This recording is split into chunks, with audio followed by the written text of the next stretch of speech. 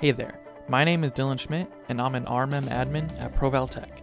Today I want to go over how to disable and remove a plugin from ConnectWise Automate.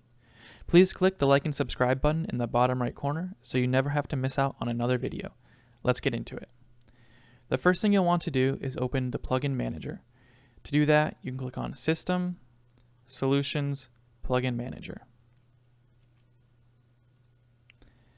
The plugin manager will show you all the plugins you currently have installed and whether they are enabled or disabled. To disable one, you want to select it and either right click and then disabled, or simply have it selected and click disabled up here. Now that we have this one disabled, to remove it, what you'll want to do is make sure that it's selected, click on Advanced, go to Manage Plugins, and Remove Plugin. It'll ask for confirmation to remove it, and then you can click Yes. Now it's disappeared from here.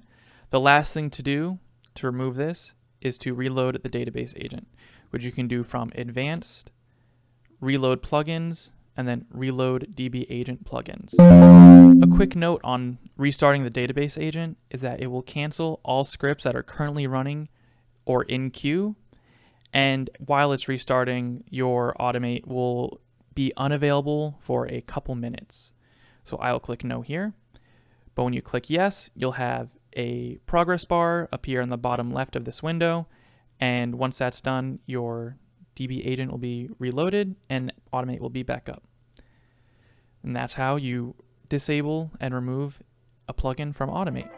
Thanks for watching. We post a new video every week to share our knowledge on ConnectWise Automate. Let us know what else you would like to see, or if you have any questions, please leave your response in the comments section below, and don't forget to subscribe.